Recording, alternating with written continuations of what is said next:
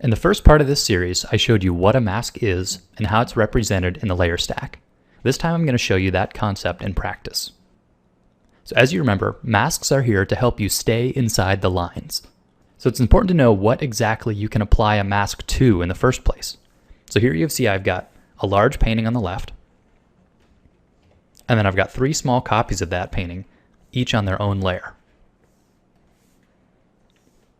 Now, like last video, you saw how I can make a rectangular selection and apply that to a layer as a mask. Well, I can use the same process to a group of layers called a layer set. So here you see what I've called example set contains the 3 of these layers. So I can make a rectangular selection, and with the word example set selected, I can click the layer mask button and apply one mask to those 3 layers.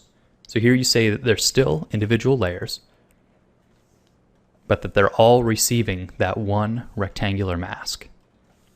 So you see that a layer mask can be applied to either an individual layer or to a layer set.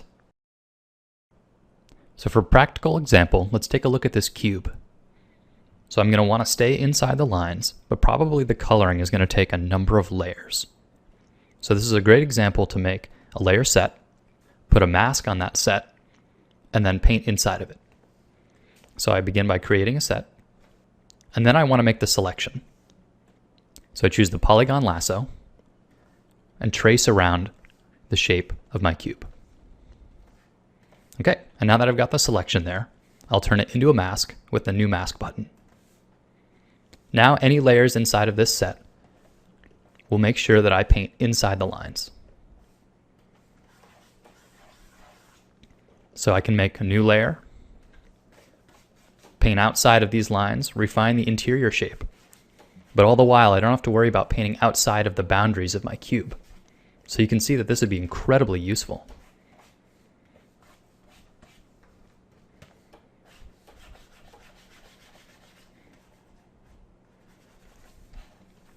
What you're doing is you're defining the borders once, and then don't have to worry about it for the rest of your drawing.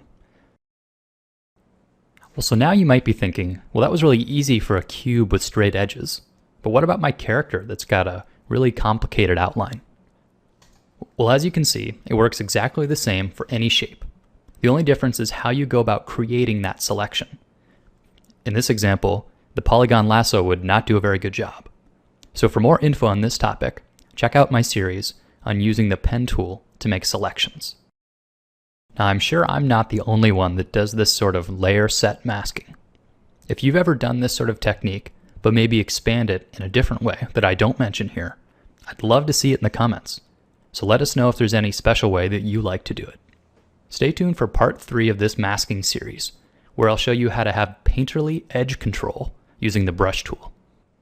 I'm also always looking for new topics to put into upcoming videos. Anything you want to know about? Let me know in the comments.